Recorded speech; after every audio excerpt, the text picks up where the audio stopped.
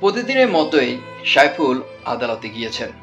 তার স্বপ্ন ছিল বড় একজন আইনজীবী হবেন, কিন্তু ৩২ বছর বয়সে তার জীবন থেমে যাবে এটা কেউ কল্পনা করতে পারেনি।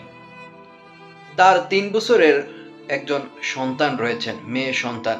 তিনি সেই সন্তান বলতেছে, বাবা প্রতিদিন আমার জন্য চকলেট নিয়ে আসতো, এখন কেন আসে না? এর জবাব কি আপনাদের আছে? শুধু তাই নয়, তার স্ত্রী অন্তঃসত্ত্বা। এই ব্যথা সেই ভুলতে পারছে না। সাইফুল ইসলাম আর আমাদের মাঝে যে নেই।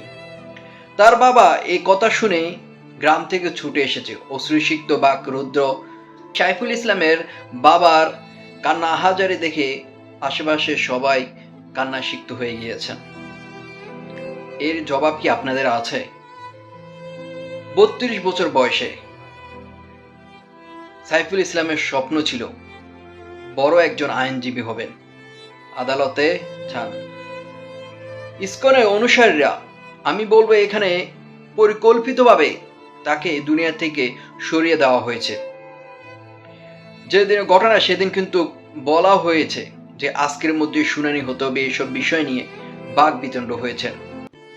তাকে যে টার্গেট করা হয়েছে সেটা আর বলা বাহুল্য নয়। তাকে ইসকন নেতার অনুসারী এবং কি স্বৈরা শাসকের অনুসারীরা তাকে একবার শেষ পর্যন্ত গরু যেভাবে আপনারা কোরবানির মধ্যে দেন আর ওইভাবে এই দুনিয়া থেকে বিদায় করে দিয়েছেন।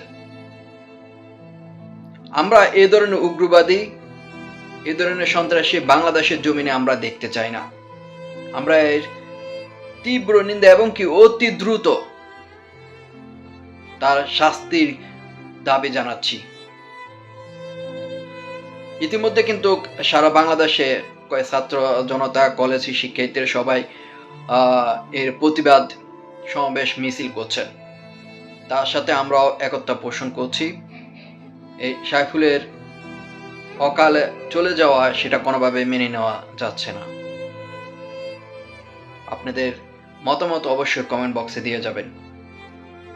ধন্যবাদ সকলকে।